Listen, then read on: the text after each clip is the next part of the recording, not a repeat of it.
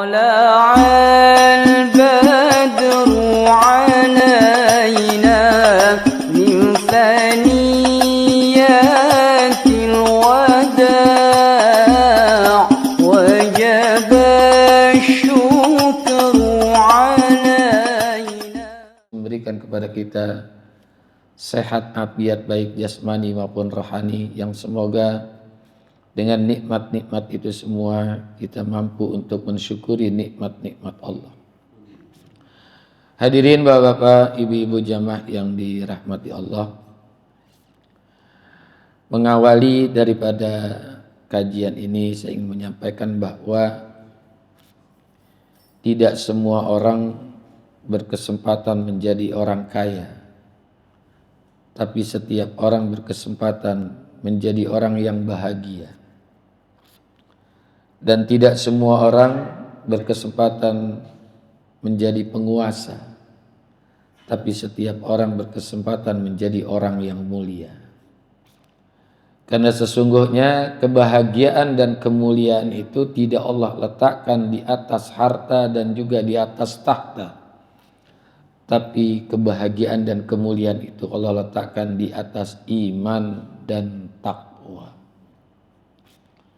Maka memasuki tahun 2026, marilah kita terus meningkatkan keimanan kita kepada Allah Subhanahu wa taala dengan melaksanakan ketakwaan kita, yaitu melaksanakan apa yang diperintahkan oleh Allah dan berusaha sekuat tenaga untuk kita senantiasa menjauhkan hal-hal yang dilarang oleh Allah. Sehingga dengan demikian kebahagiaan dan kemuliaan itu bisa kita dapatkan. Amin ya rabbal alamin. Hadirin bapak-bapak, ibu-ibu yang dirahmati Allah, di dalam satu kitab yang diberi nama Al-Madkhal ila Fiqhin Ni'mah, satu karya dari Asy-Syaikh Muhammad bin Abdullah Ad-Duwaisi. Di dalam kitab itu ada satu riwayat, nanti kita ambil apa isi daripada riwayat itu, substansinya ada. Di dalam kitab itu ada riwayat seorang ulama dan juga dia seorang muhaddits, ahli hadis, dan juga faqih, ahli fikih. Dan beliau termasuk salah satu pendiri daripada mazhab, namanya mazhab Maliki. Karena mazhab yang kita tahu itu ada 4. Ada mazhab Hanafi yang didirikan oleh Imam Nu'man bin Tsabit yang dikenal dengan Imam Hanafi. Yang kedua adalah mazhab Maliki yang pendirinya adalah Malik ibnu Anas. Dan yang ketiga adalah mazhab Syafi'i yang pendirinya adalah Muhammad bin Idris Asy-Syafi'i. Dan yang keempat adalah mazhab Hambali yang pendirinya adalah Ahmad bin Hambal. Yang ingin saya sampaikan adalah tentang riwayat yang dialami oleh Imam Malik ibnu Anas, dengan dikenal dengan Imam Maliki. Cuman jangan terkecoh ini. Ada Malik bin Anas, ada Anas bin Malik. Kalau Anas ibnu Malik ini sahabat Rasulullah sallallahu alaihi wasallam yang melayani Rasulullah selama 10 tahun. Yang dia punya ibu namanya Ummu Sulaim. Itu Anas bin Malik. Yang ingin saya pahamkan adalah Malik ibnu Anas.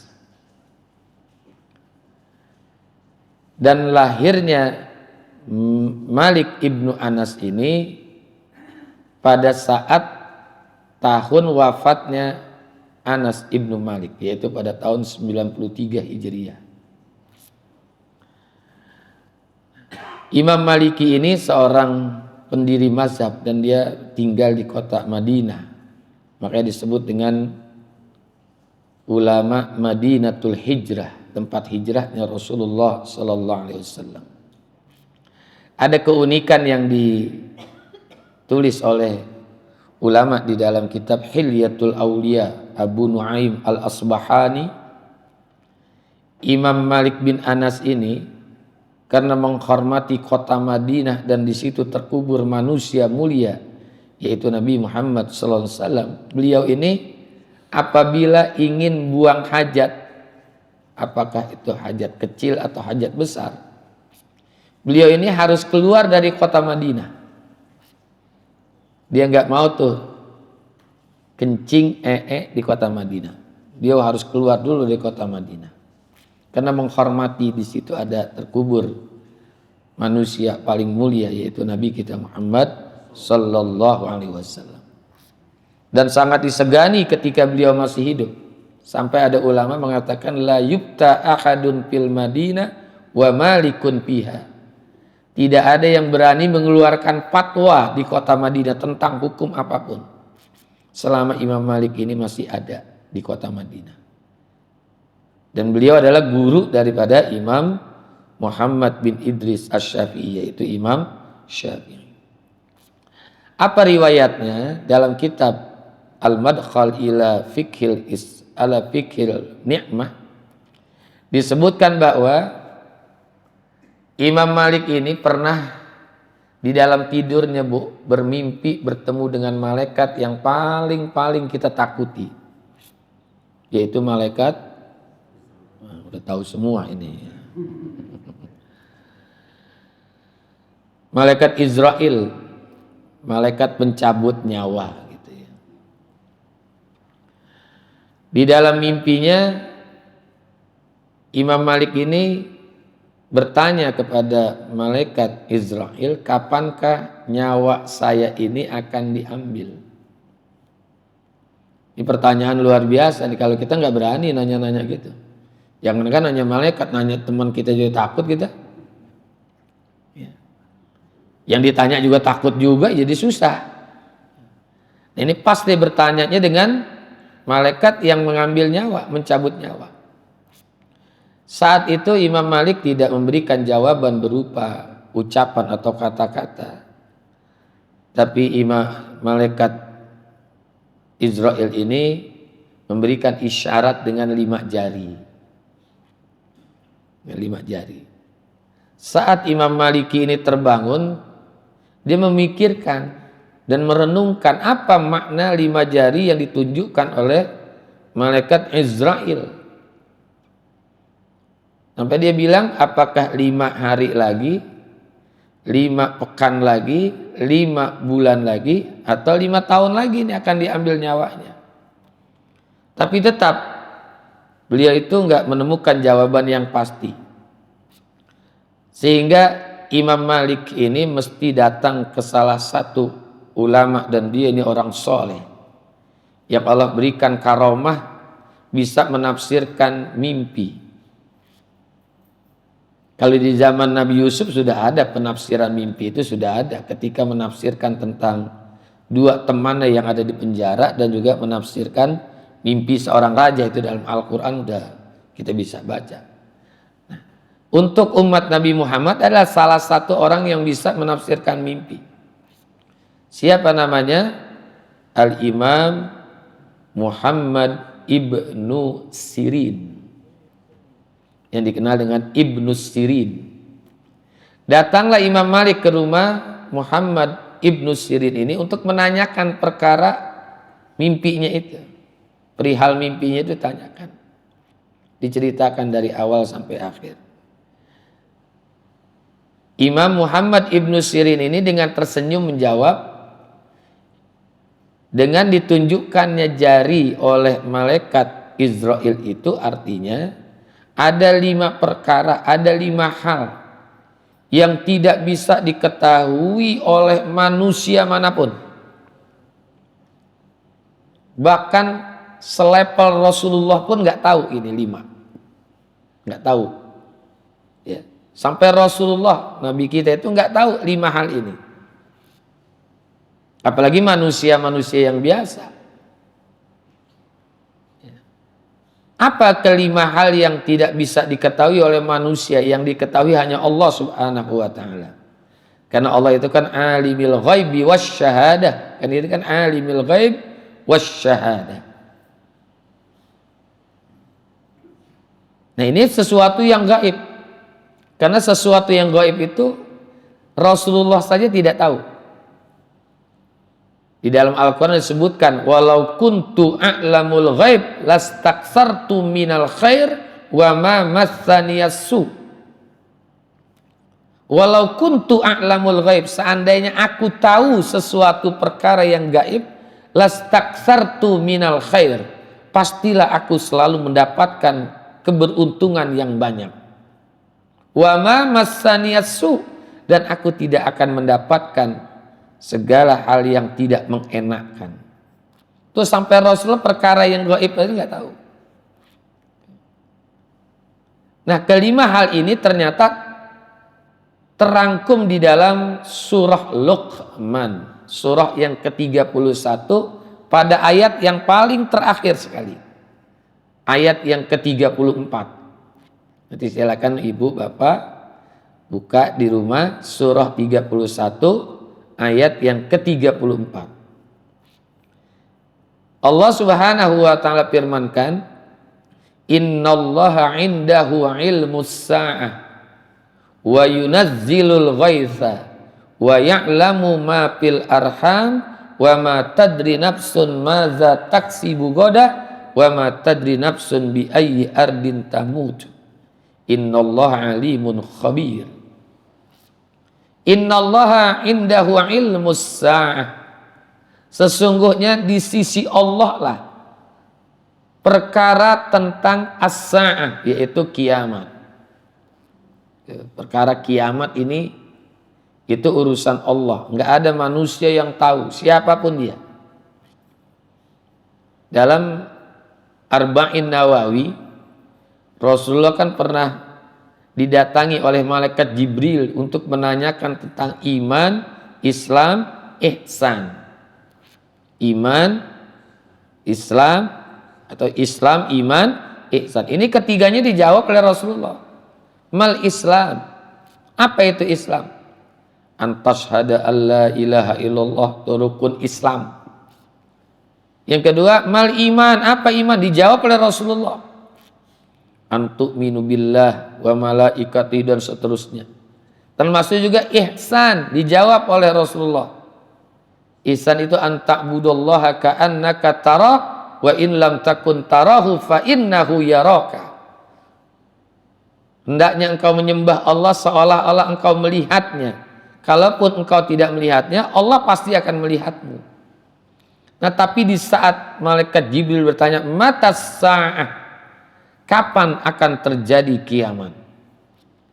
Rasulullah menjawab dengan jawaban diplomatis.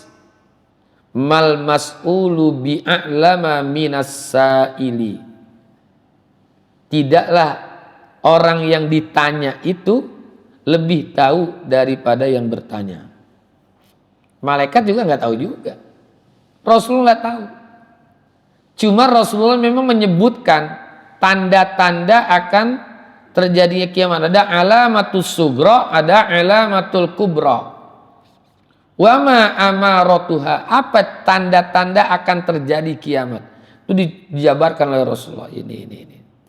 Salah satunya adalah kasratul haraj, banyaknya peperangan. Kasratul musibah, banyaknya musibah. Antas lamal muslimu ila may ya'rifahu, orang Islam akan mengucapkan salam hanya kepada yang dia kenal saja. Itu tanda-tanda kiamat. Banyak sekali tanda-tanda kiamat tuh. Ya. Dia cuma tanda-tandanya saja akan terjadi kiamat itu. Yataqarrabaz zaman, waktu saling berkejaran.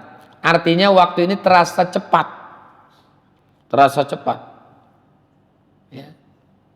Sebulan berasa seperti sepekan, sepekan berasa seperti sehari, sehari seperti sejam.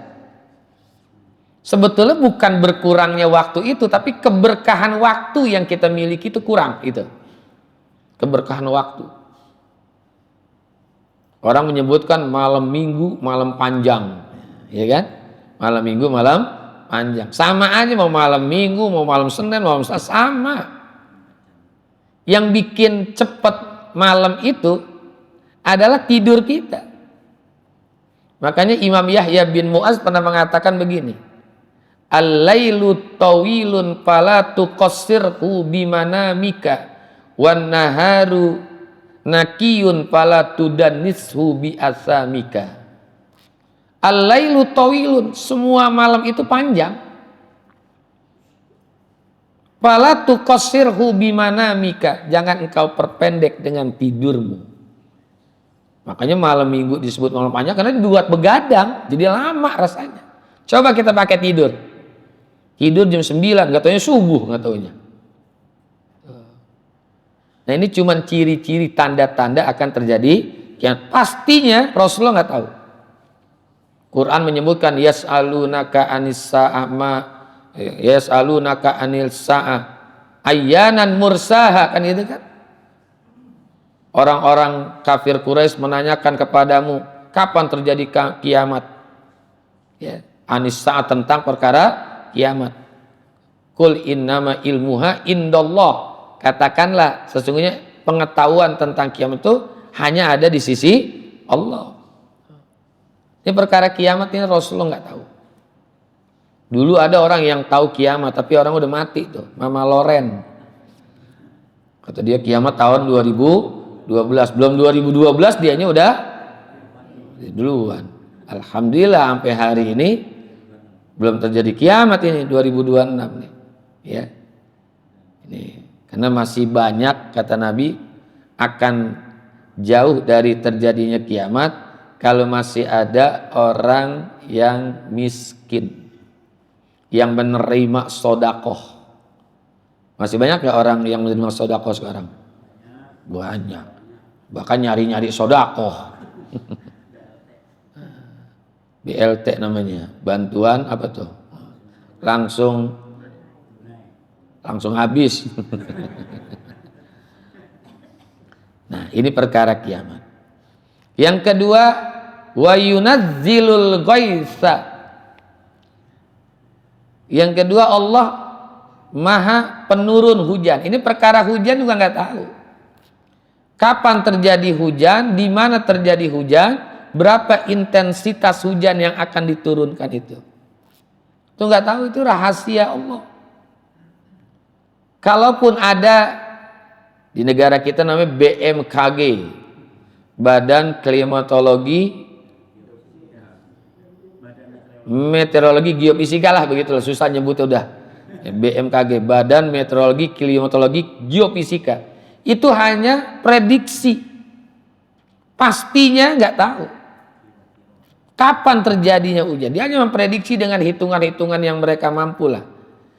Ya, tapi pasti akan terjadi hujan, itu nggak ada yang tahu. Jangan kita anggap kalau sudah agak mendung hujannya nih, belum tentu juga. Kadang-kadang masih dalam keadaan penter, kalau bahasa kampung namanya penter tahu panas, ujung-ujung hujan. Makanya kita jangan pernah berkecil hati kalau di akhir-akhir bulan mau memasuki bulan Ramadan kan banyak acara tuh. Salah satunya acara resepsi hitanan atau resepsi pernikahan. Kalau tenda sudah kita pasang rapi, prasmanan segala taman udah siap, di atas mendung, gak usah kecil hati. Gak usah kecil hati. Dan gak perlu melakukan hal-hal yang sifatnya hurafat. Kan ada tuh. Supaya jangan turun hujan segala kodok dipendem. Ya kan? Kodok dipendem. Ada yang parah banget bu, celana dalam istrinya dibuang ke genteng.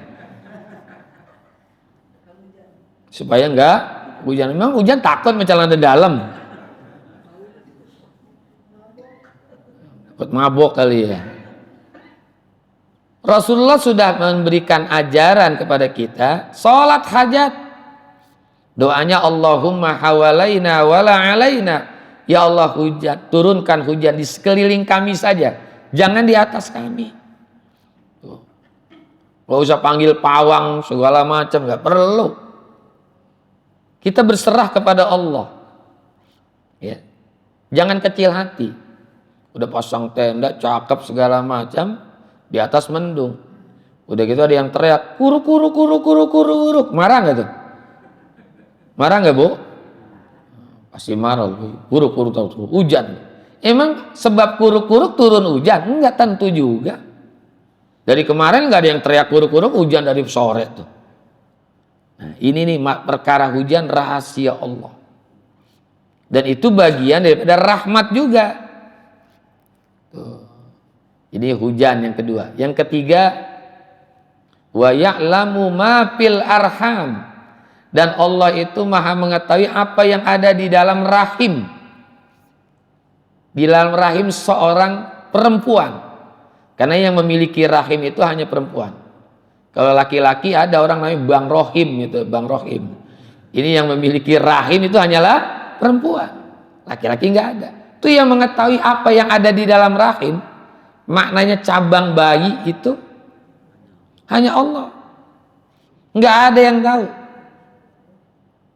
Karena kan proses terciptanya manusia itu secara zahir dari mulai nutfah, kemudian alaqah, kemudian mudghah. Itu kan proses penciptaan manusia secara zahir itu ya, secara zahir. Dan juga harus ada ayah, ada ibu.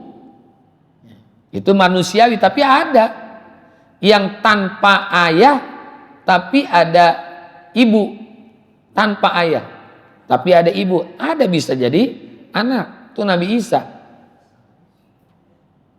Di kampung kita ada enggak? Di kampung kita ada enggak tuh? Bapaknya tidak ada, ibunya ada, tapi punya anak ada enggak? Hah? Banyak. Ada bapaknya tetap, memang bapaknya kabur kemana tahu gitu. Ada yang tanpa ibu, ada ayah, tapi ada juga jadi tanpa ibu, ya, tanpa ibu. Siapa? Siti Hawa, kan nggak ada ibunya dia, lahir dari Nabi Adam. Bahkan Nabi Adam tanpa ayah, tanpa ibu bisa terjadi. Ada yang ada ayahnya, ada ibunya. Ini rumah rame-rame nih. Ada ayah, ada ibu. Itu ketika menjadi janin, manusia nggak ada yang tahu apakah bayi itu akan menjadi orang baik atau tidak. Bahkan sosoknya laki, perempuan atau bukan, selamat atau tidak, sehat atau tidak, itu manusia nggak ada yang tahu. Karena masih menjadi janin. Janin itu diambil dari akar kata jannun. Jannun itu artinya tertutup. Jannah, bukan jannah tapi jannah. Iza jannal lailu, apabila malam itu menutupi. Itu banyak tuh kata yang diambil dari akar kata jannah. Salah satunya adalah janinun, itu tertutup. Ada lagi jinnatun, jin. Sosok jin itu nggak ada yang tahu. Ada yang pernah lihat jin nggak di sini? Saya pernah dulu waktu di TV itu Jin dan Jun. Itu Jin dan Jun. Ada lagi jin nggak ada yang tahu kan? Ada lagi jannatun. Tuh diambil kata jannah. Jannatun, surga. Apa yang masih tertutup? Kenikmatan-kenikmatan yang sesungguhnya. Kalau Quran itu hanya menyebutkan bagian sangat kecil daripada kenikmatan surga. Bagian sangat kecil itu. Kan banyak tuh, inna ashabal jannatil yauma fi syughulin fakihun hum wa azwajuhum fi zilal. Itu banyak dalam surah Yasin ada. Ya. Fiha anharun min ma'in ghairi asin wa fiha anharun min labanin lam yataghayyar ta'muh wa fiha anharun min khamrin lam yatalazzat sa'bu, ya gitu. Min khamrin lazzata lisyaribin wa min asalin musaffa. Karena disebutkan itu hanya sebagian kecil saja. Yang sesungguhnya masih tertutup. Makanya Rasulullah sebutkan mala ainun ra'at wala uzunun sami'at wala khatara fi qalbil basar. Itu tentang sorga. Tidak ada pernah manusia manapun melihat tentang kenikmatan sorga dengan matanya. Wala ainun sami'at, telinganya nggak pernah mendengar tentang kenikmatan surga yang sesungguhnya. Wala khatara fi qalbil bashar, bahkan hati kita nih nggak bisa membayangkan kenikmatan surga yang sesungguhnya. Sulit untuk dibayangkan. Jannatun. Ada lagi junnatun. Junnatun itu benteng, tempat tertutup untuk bersembunyi dari serangan musuh. Itu kan disebut junnah, benteng. Diambil semua dari kata jannah, termasuk janin. Lagi-lagi dalam ilmu kedokteran ada namanya ultrasonografi, namanya USG. Itu kalau sudah di atas 4 bulan baru bisa dilihat. Kalau masih 1 bulan itu belum kelihatan. Itu juga lagi-lagi tentang prediksi juga. Kepastiannya itu belum tentu. Kalaupun terjadi itu kebetulan.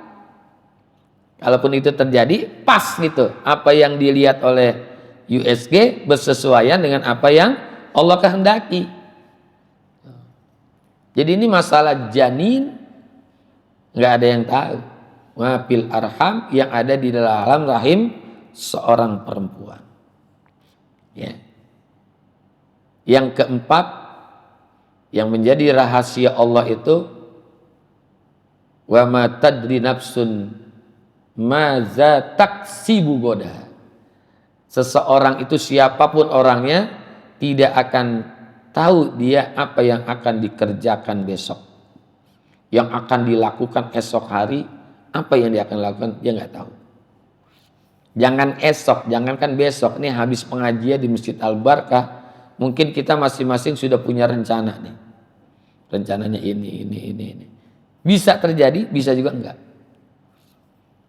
Apalagi esok hari, mesti terlalu jauh. Nih untuk setelah ini nih, mungkin sudah ada yang punya pikiran mau pulang, gue lapar nih, pengen beli nasi uduk. Nggak ada yang jualan. Habis pada ngantuk semua. Bisa nggak begitu? Iya, nggak ada yang jualan. Atau mau bikin ini begini. Boleh kita rencanakan. Tapi masalah terjadinya itu tergantung kehendak Allah. Ya. Makanya kita dilarang untuk mengatakan sesuatu yang pasti.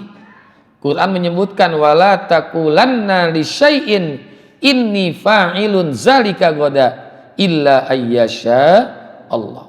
Janganlah sekali-kali kamu mengatakan li syai'in tentang sesuatu, inni fa'ilun zalika goda, sesungguhnya aku esok akan melakukan itu, illa ayyasha Allah, kecuali atas kehendak Allah. Ucapkannya insya Allah, dan insya Allahnya biar tegas ini, jangan ditambah-tambah.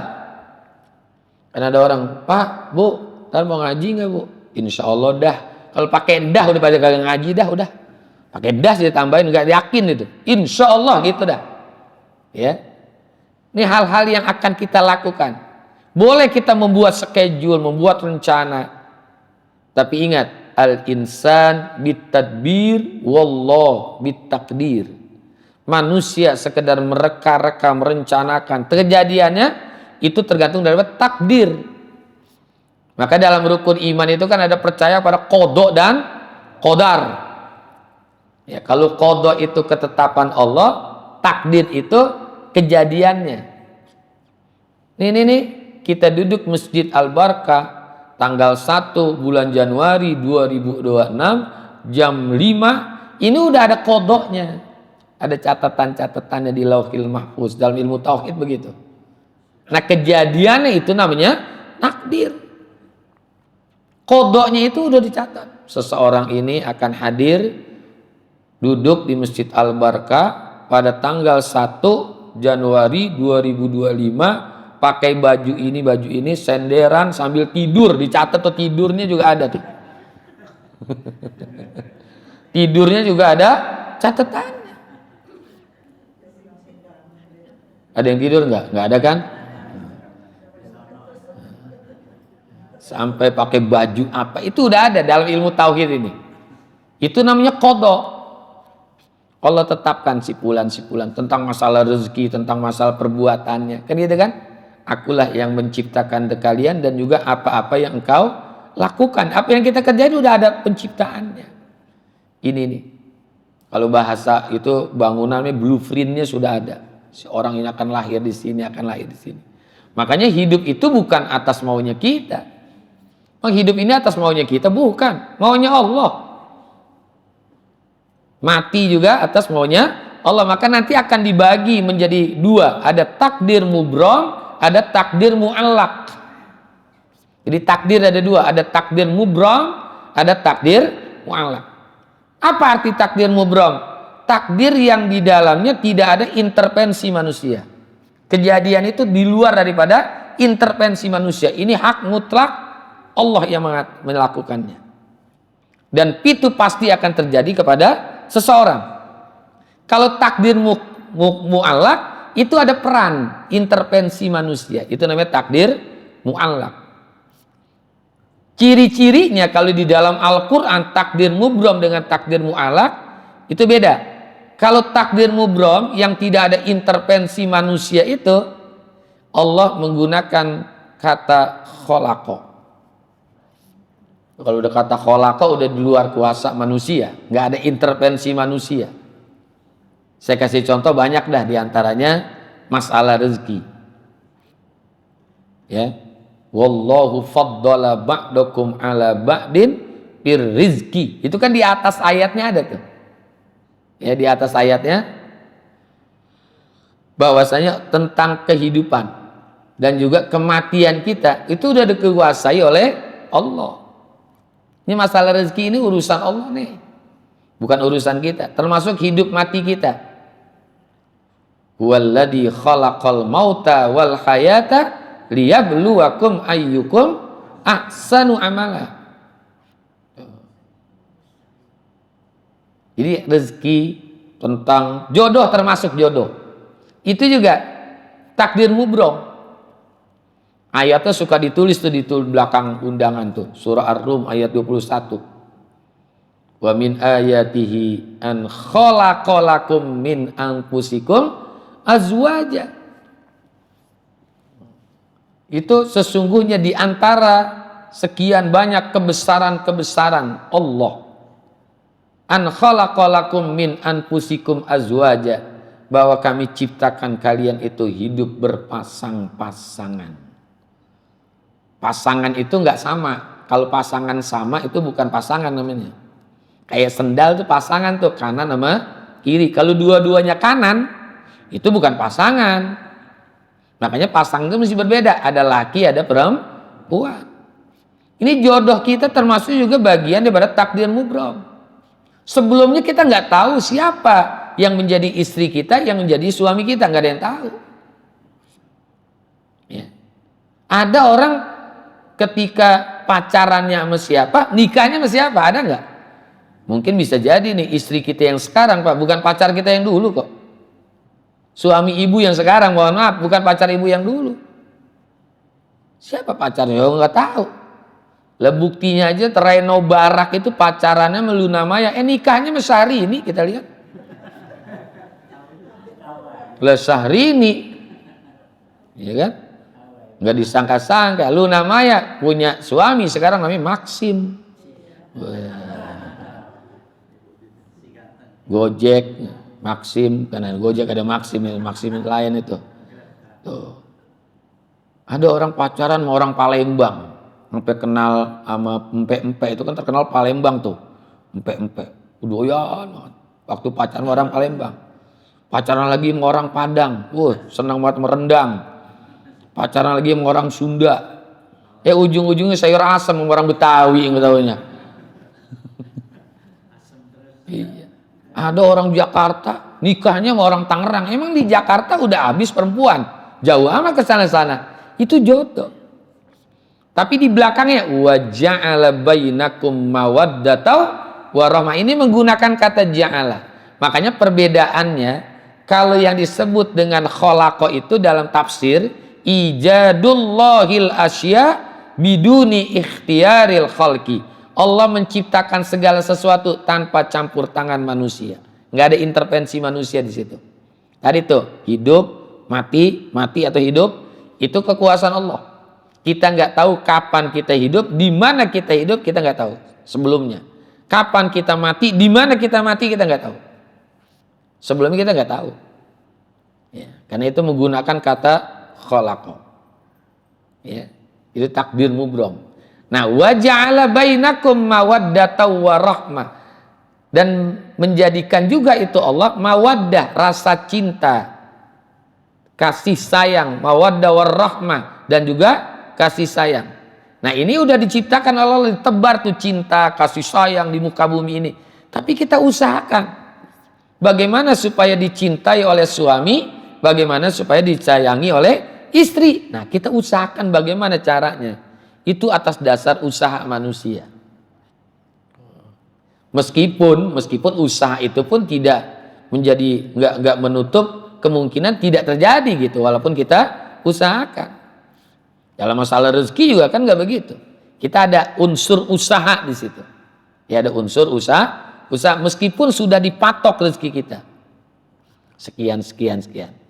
Nih perkara kematian kita juga nggak tahu.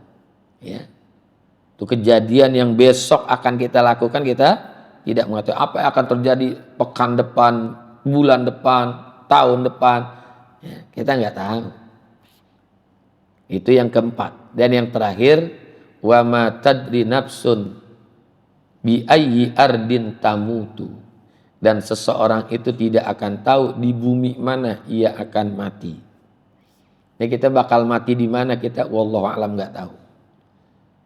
Boleh jadi kita mempersiapkan kubur kita itu, ya, mempersiapkan kubur kita di Jakarta, tapi belum tentu kita mati di Jakarta, belum tentu, ya.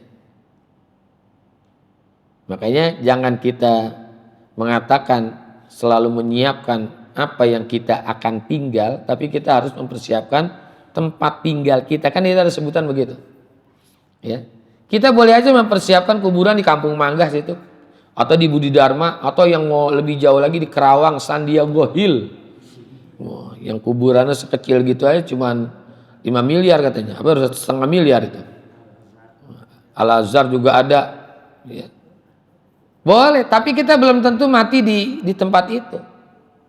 Bisa kemungkinan, nih yang hadir pada pagi hari ini, ada yang meninggalnya di Mekah. Ada yang meninggalnya di Madinah, bisa jadi, atau di Gaza ditembak sama tentara Israel.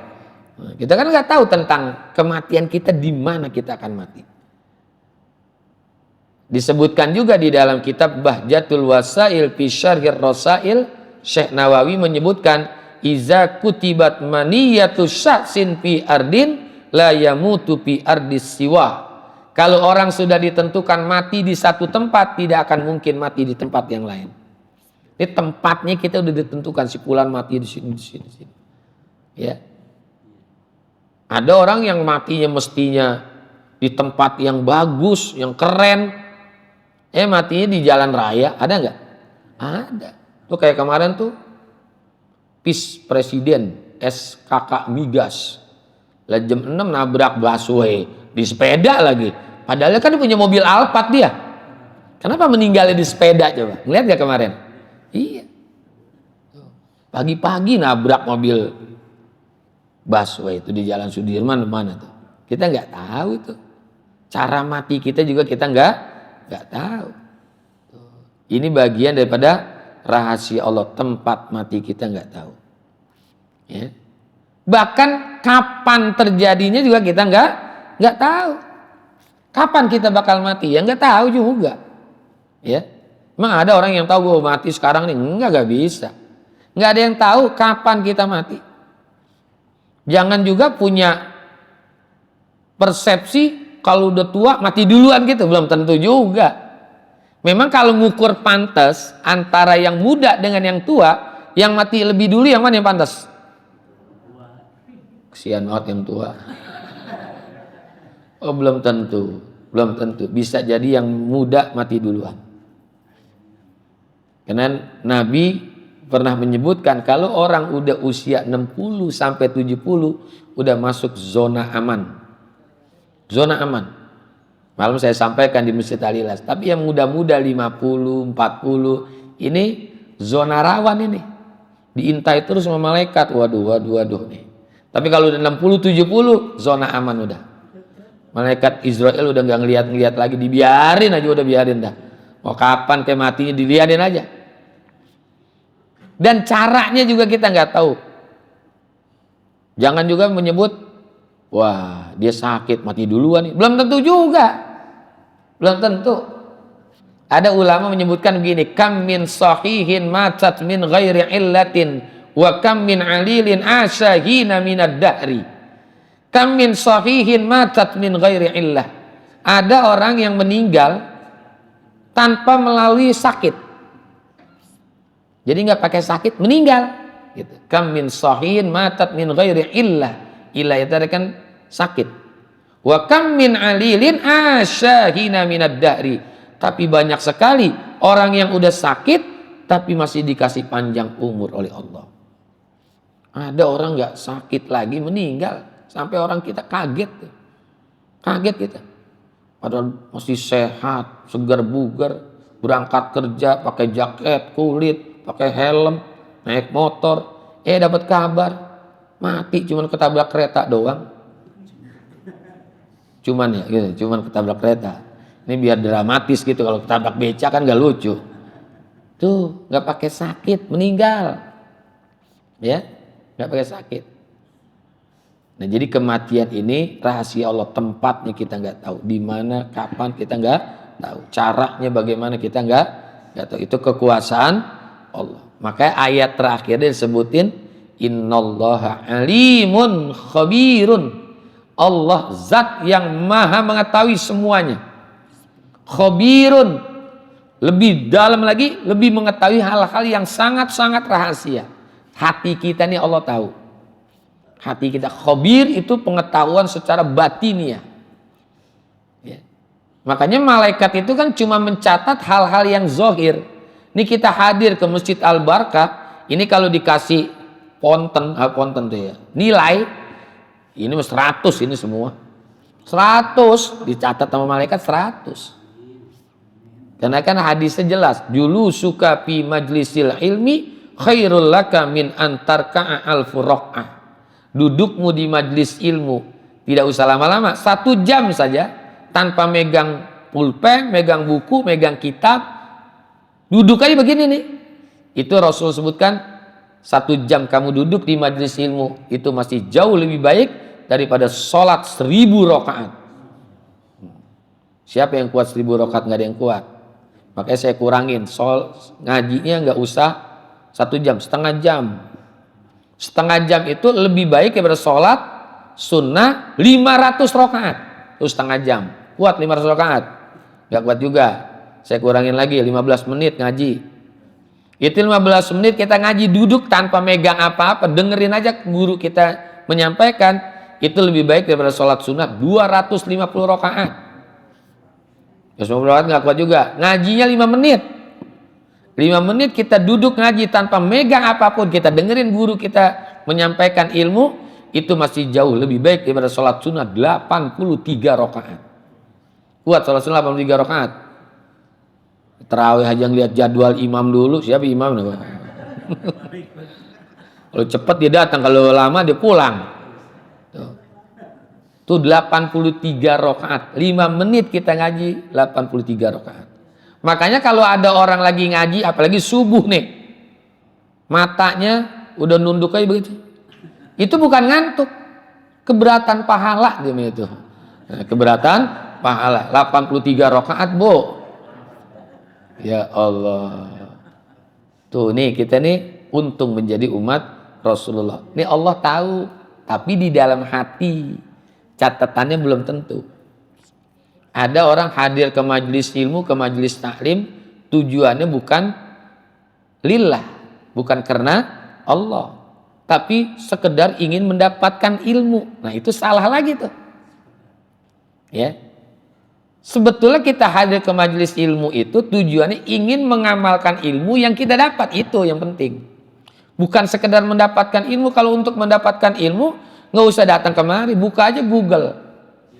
Nah, itu kan ada guru baru namanya Syekh Google Al-Yutubi namanya.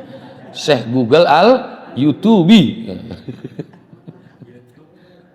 Saya kasih nama namanya Syekh Google Al-Yutubi. wa tiktoki, al-instagrami, cakap nggak al-instagrami, nggak perlu hadir ke majelis ilmu. Tapi kalau kita hadir ke majelis ilmu, langkah-langkah kita kan lebih luas lagi. Makanya tujuan hadir ke majelis ilmu bukan sekedar ingin mendapatkan ilmu, tapi ingin mengamalkan ilmunya.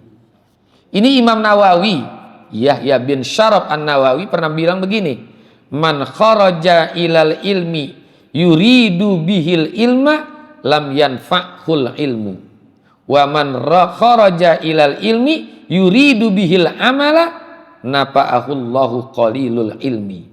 Siapa orang yang pergi menuntut ilmu yang tujuannya sekedar ingin mendapatkan ilmu, lam yanfa'hul ilmu, ilmunya nggak manfaat. Makanya doa kita kan ada al ilmun nafi', kan itu ilmu yang manfaat. Wa man kharaja ilal ilmi yuridu bihil amala, siapa orang pergi menuntut ilmu tujuannya ingin mengamalkan ilmunya, nafa'ahullahu qalilul ilmi, Allah membuat ilmu itu manfaat meskipun sedikit yang dia miliki, walaupun sedikit asal manfaat. Namanya al ilmun nafi', ilmu yang manfaat. Ini Allah tahu nih dalam hati kita nih. Ada yang ngajinya betul-betul ikhlas. Ada juga yang ngajinya hadir ke majelis taklim karena 1 bulan lagi mau resepsi pernikahan sekalian ngundang gitu. Ada begitu, ada ya? Ada gitu. Di mana-mana lah ini mah, enggak di sini. Ada yang ngajinya karena lagi kesel sama suami, kesel sama istri, gue ngaji aja dah. Di rumah gue kagak enak. Ada yang ngajinya karena nggak bisa tidur, di rumah ada cucunya, gue ngaji aja dah. Ada masing-masing tuh. Kita nggak ada yang tahu di dalam hati kita. Ya, sesuatu yang ada di dalam hati itu hanya Allah yang tahu. Ya, makanya kalau ada orang bilang, gue tahu hati lu, bohong. Siapa yang tahu hati kita? Malaikat aja nggak tahu, apalagi kita manusia. Itu namanya di ujungnya innallaha alimun khabir. Maka kita luruskan niat kita nih. Di dalam hidup ini kita luruskan niat kita. Dah, ini saja, mudah-mudahan manfaat. Sebelum tutup kita baca Fatihah. Semoga Allah berikan kepada kita hidayah dan taufiknya. Allah tetapkan iman dan Islam kita. Allah kasih kita kesehatan, keafiatan jasmani dan rohani. Diberikan kita ilmu yang manfaat. Anak-anak kita menjadi anak yang soleh dan solihah. Dan Allah berikan rezeki yang berkah untuk ibadah. Allah matikan kita husnul khatimah. Al-Fatihah.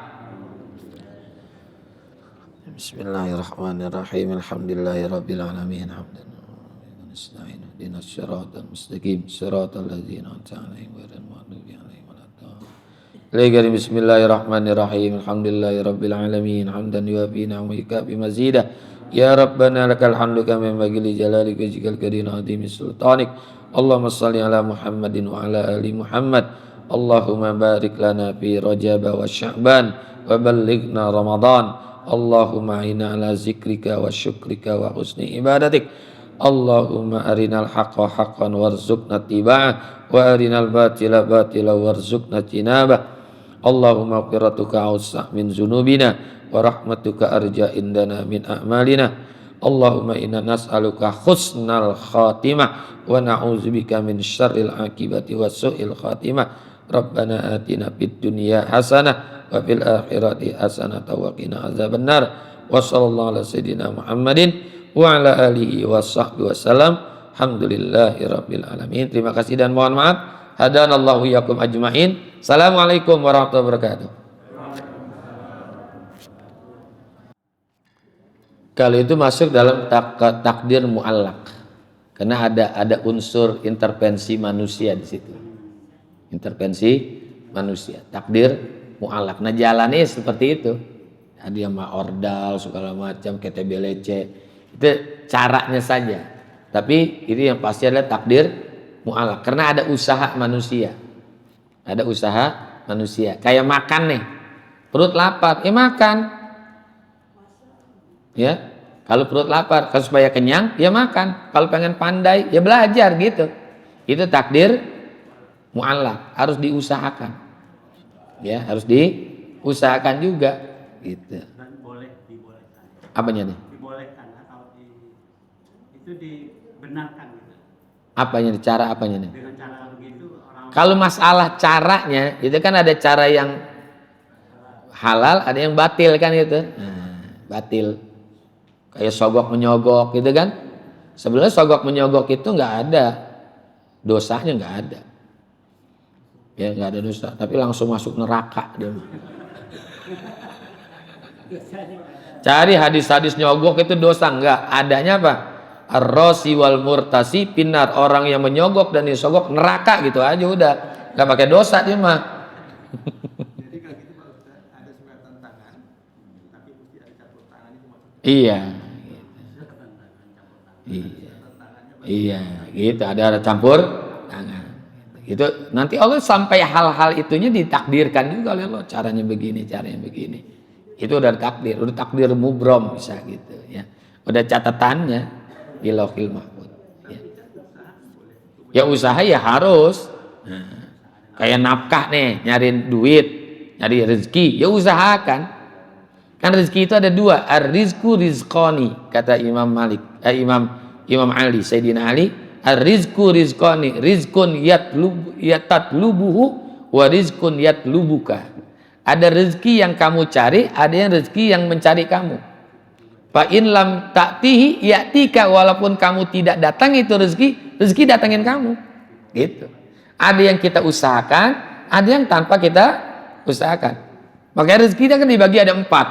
Ada rizkun madmun, ada rizkun maksum, ada rizkun mamluk, ada rizkun mau'ud. Ada rizkun madmun, rezeki yang udah dijamin, semua makhluk dapat. Dalilnya, ini perspektif Al-Quran ya. Wa ma min dabatin fil ardi illa 'alallahi rizquha. Setiap apapun yang melata di muka bumi ini, termasuk manusia, binatang segala macam, illa 'alallahi rizquha, kecuali udah dijamin rezekinya oleh Allah. Ini semua dapat semuanya. Ya. Walaupun orang itu nggak bekerja, santai-santai aja, udah dapat. Ya. Udah diberikan oleh Allah, udah dijamin ini siapa dikasih semuanya, sampai binatangnya dapat rezekinya kok, ya kan? Yang kedua ada rizkun maksum, rezeki yang dibagi-bagi dengan volume yang berbeda. Ada yang dikasih banyak, ada yang dikasih sedikit. Dalilnya wallahu faddala ba'dakum ala ba'din fi rizkin, Allah melebihkan satu dengan yang lainnya dalam urusan rezeki. Ayatnya banyak. Wallahu yabsutur rizqa liman yasha wa yaqdir. Ada orang yang diluaskan rezekinya, ada yang disempitkan oleh Allah rezekinya. Nahnu qassamna bainahum ma'isyatahum fil hayatid dunia. Makanya kita nggak boleh iri, usaha jalan terus, tapi iri dengan apa yang orang dapat nggak boleh. Karena otoritas yang memberikan rezeki itu hanyalah Allah. Kita nggak punya kuasa. Otoritasnya. Jadi volumenya berbeda, ada yang dikasih banyak, ada yang dikasih sedikit. Ada rizkun mamluk, rezeki yang dikuasakan oleh Allah kepada seseorang. Ini suami diberikan kuasa rezeki, tapi nggak boleh dimakan sendiri, kasih istri, kasih anak. Orang kaya yang dia hartanya banyak, nggak boleh dimakan sendiri, ada hak. Anak yatim, fakir, miskin, itu namanya rizkun mamluk. Diambil kata malaka, malik kan raja yang memiliki. Yang terakhir adalah rizkun mau'ud, rezeki yang dijanjikan. Nah, tapi ini buat hamba-hamba Allah pilihan ini yang dijanjikan oleh Allah. Wa may yattaqillaha yaj'al lahu makhraja wa yarzuquhu min haitsu la yahtasib. Tapi syaratnya takwa. Wa may yattaqillaha, harusnya itu dalam takwa. Nah, dari 4 rezeki ini, macam-macam rezeki, dari 4 macam rezeki ini, nanti Quran menyebutkan datang rezeki itu sebabnya ada. Yang pertama, rezeki itu datangnya karena sholat. Wa'mur ahlaka bis sholat wastabir alaiha la nas'aluka rizqan nahnu narzuquka wal akibatu lit taqwa.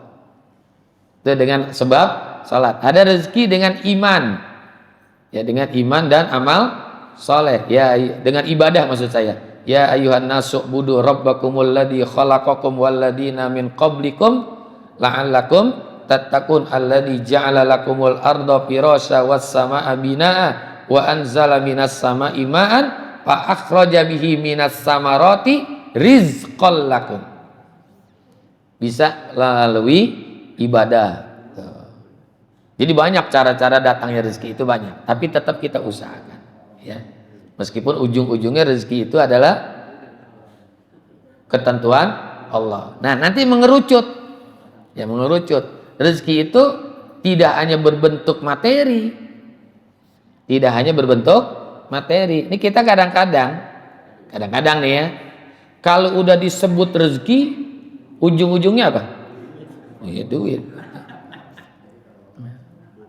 Duit. Padahal yang namanya sehat rezeki bukan? Sehat rezeki. Rezeki itu tidak hanya berbentuk materi. Makanya ada imateri, ada materi, ada imateri. Ada yang berbentuk materi, ada yang tidak berbentuk materi. Ketenangan hidup, ini rezeki. Saya pernah sampaikan hadisnya nih, Ibu nih pengen hidup bahagia nggak, Bu? Rumusnya saya kasih, mau nggak? Bukan dari saya nih, dari Rasulullah. Ini kalau pengen hidup bahagia, tadi kan di depan nih saya sampaikan. Tidak semua orang bisa jadi orang kaya, tapi setiap orang bisa jadi orang bahagia. Ini kalau pengen bahagia di dunia, pakai rumus yang Rasulullah kasih. Man asbaha minkum aminan fi sirbi wa mu'afan fi jasadi wa indahu qutun yaumi faka'annama hizat lahud dunya bihaza biriha. Ini rumus bahagia. Siapa orang yang hidup pada lingkungan aman. Ini kita punya lingkungan ini. Aman, ini kampung apa namanya? Kapling ya. Aman nggak? Aman, nggak ada kerusuhan, nggak ada perang, nggak ada gempa bumi, nggak ada tanah longsor. Aman kita. Aman. Ini rezeki nih. Ya, hidup pada lingkungan yang aman, pagi-pagi aman. Kita tidur cukup kunci pintu, kunci gerbang, aman. Aman. Sholat Jumat taruh sendal di mana aja aman kalau jelek. Itu aman. Ya kan?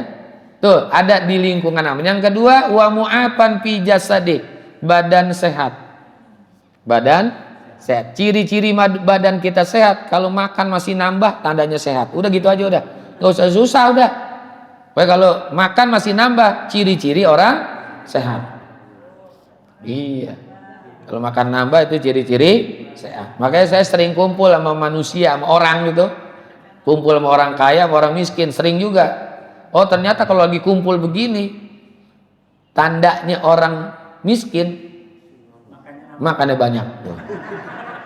Karena orang miskin gak mikirin enak, yang penting, nah kita kan miskin semua, kenyang tahu dah. Yang kedua, orang miskin gak tahu penyakit. Orang kaya kan penyakit ini tahu, karena suka melakukan medical check up. MCU, wah, sehingga dia tahu penyakitnya ini. Akhirnya makan ini nggak boleh, makan ini nggak boleh. Nasi aja ditaker cuma sebangkot gitu. Lah kalau orang susah nggak tahu penyakit ya makan aja apa aja. Kalau bakul belum terbalik, belum berhenti dia makan. Nah kalau ngejoprak baru kelihatan penyakitnya tuh begitu. Makanya jangan suka presak-presak, jadi ketahuan jadi takut kita. Makan ini nggak tahu, makan ini nggak boleh. Ya, masih bebas orang susah mah. Wa mu'afan fi jasadi, badannya sehat. Wa indahu qutun yaumi, ada makanan untuk dimakan hari ini dan besok. Hari ini masih ada makanan. Ibu pulang nih masih ada bawang, masih ada cabai, masih ada beras, ya masih ada garam. Itu mu'af, bagian daripada rezeki. Wa indahu qutun yaumi. Hari ini ada, besok juga ada. Orang protes, Ustaz, ya hari ini ada, besok ada. Lusa gimana? Nggak usah dipikirin lusa. Memang kita pasti hidup lusa, kan belum tentu. Udah pikirin hari ini aja. Kalau udah punya tiga ini, kata Rasulullah, faka'annama hizat lahud dunya bihazabiriha. Maka orang itu sesungguhnya sama dengan orang yang memiliki dunia beserta isinya. Beserta isinya. Ya. Makanya nggak usah terlalu memikirkan yang kagak ada. Kalau kata orang Kulon, to be used, not to be have, gitu. Orang Kulon, orang Barat maksudnya, to be used, not to be have. Ya, ingin merasakan, ingin menikmati, nggak mesti memiliki gitu. Untuk make nggak perlu kita punya. Ya, pinjem bisa. Ini bapak ibu pengen punya mobil, jangan maksain punya mobil, make kredit. Ntar kejar debt kolektor ya, debt kolektor dikejar-kejar. Cukup aja punya aplikasi. Grab kan ada kan? Pengen pergi ke Tanah Abang, ingatnya mobil depan kita, di depan rumah kita tuh mobil, ya enggak? Buka pintu kita dipanggil sesuai aplikasi ya bos, dipanggil bos gitu, padahal bukan mobil kita tuh. Ya, nggak perlu ngisi bensin, tinggal duduk di belakang kayak bos. Perginya naik mobil Avanza, pulangnya naik Innova, kaya nggak itu kita tuh? Iya. Pengen punya villa, nggak perlu punya villa. Nah, sewa aja patungan 1 juta. Berangkat ke puncak, ngadem di air dingin, enak banget kita. Itu. Ini saya sampaikan supaya jangan kita stres, puyang kita stres mah. Udah pengen punya mobil jangan maksain. To be used not to be have. Gitu aja udah. Punya aplikasi, ya kan? Gitu. Jadi jangan terlalu fokus kepada dunia. Jadi pusing kita. Makanya dunia ini berputar. Makanya karena berputar kalau kita puyang. Muter kan puyang kan rata-rata. Jadi gitu ya. Mudah-mudahan. Ini masalah pribadi ya Pak. Pribadi siapa nih? Oh iya. Karena ini tidak ada cerita soal ibu kan. Cerita umum. Jadi gini Pak Ustaz, saya punya kakak waktu itu di dinas, saya 2 kali mau diangkat jadi pejabat, gagal menurut. Ini saya pribadi yang mau mohon maaf, gagal. Nah satu saat ibu saya datang dari Medan, saya sudah dia habis meletak, saya datang menghadap dia. Saya sampaikan ke sesat tadi, karena setiap saya letakkan itu sudah ada nama, tapi last minute hilang.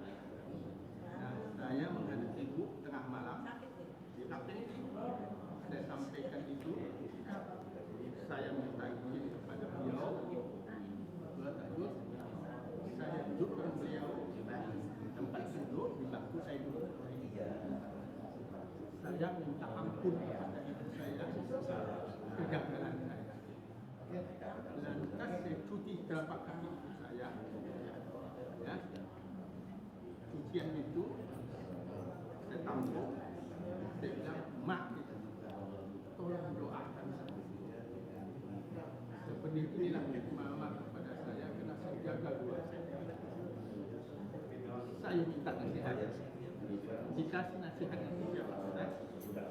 Pertama, banyakkan hubungan silaturahim dan jangan kau tinggalkan ibadah. Yang kedua, kau jangan suka sehujat sama siapa saja. Sangkaran. Yang ketiga ini saya dikunci mati Ustaz. Kalau posisimu bagus nanti, hidup atau mati aku, jangan kamu coba-coba mengambil yang bukan hak. Kelang 2 minggu, Ustaz, saya dipanggil khusus, ya, dikasih posisi jadi kepala dinas anggaran tempat dulu. Itu yang Ustaz tanya, dicerita tentang ibu. Ibu kita nggak pernah cerita ibunya, jadi ibu hebatnya ibu. Itu yang makanya. Kalau menurut Rasulullah, doa ibu itu 3 kali lebih cepat daripada doa seorang ayah.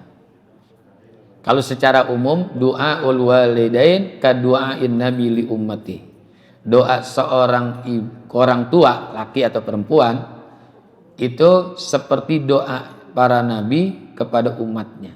Jadi doa seorang orang tua kepada anaknya seperti doa nabi kepada umatnya. Apalagi ibu itu 3 kali lebih cepat daripada doa seorang ayah. Makanya Nabi kan bilang, siapa yang harus kamu hormati ibu? Siapa lagi ibu 3 kali, baru ayahmu. Itu karena seorang ibu, ya. Makanya doa seorang ibu itu mustajab, sumpahnya mujarab. Doanya mustajab, sumpahnya mujarab. Nggak ada orang yang hidupnya bahagia kalau sudah durhaka sama orang tuanya, khususnya sama ibunya. Maling kundang itu walaupun cerita fiksi, tapi kan nyata. Di zaman Rasulullah, Alqamah orang yang ibadah di belakang Rasulullah, sholat berjamaah, tapi dia karena lebih menghargai istrinya ketimbang ibunya, matinya susah Pak. Ya, matinya susah sampai Rasulullah bikin rekayasa, udah bakar aja dah kalau nggak dapat ridho dari orang tua. Rekayasa itu sebetulnya supaya ibunya datang. Tapi ibunya datang juga. Itu Alqamah karena lebih menghormati, bukan menghormati, menghargai istri, lebih perhatian kepada istri ketimbang ibunya. Ya. Dia lebih takut kepada istrinya ketimbang kepada ibunya. Itu Alqamah, mati susah. Ini udah banyak nih Alqamah nih, banyak Alqamah nih. Nah. Coba bapak nggak mau nikah lagi takut sama istri atau takut sama orang tua? Nah itu tuh udah nyata, kenyataan itu udah banyak. Ya, ini seorang ibu ini doanya mustajab, sumpahnya mujarab. Jangan sampai tuh jatuh kata. Makanya ibu-ibu nih yang hadir, mohon maaf ibu-ibu ya. Kalau kita lagi kesel sama anak, jangan suka ngucapin kata-kata yang tidak baik. Itu bagian daripada doa. Ya, al-bala'u muwakkalun bil mantiki. Bala itu, musibah itu bisa datang diwakilkan dengan ucapan. Kadang-kadang kita kan karena lepas kendali ngomong dasar lo anak bodoh lo. Udah bodoh udah. Kalau orang tua kita dulu jewer anaknya, dasar kamu emang anak pinter.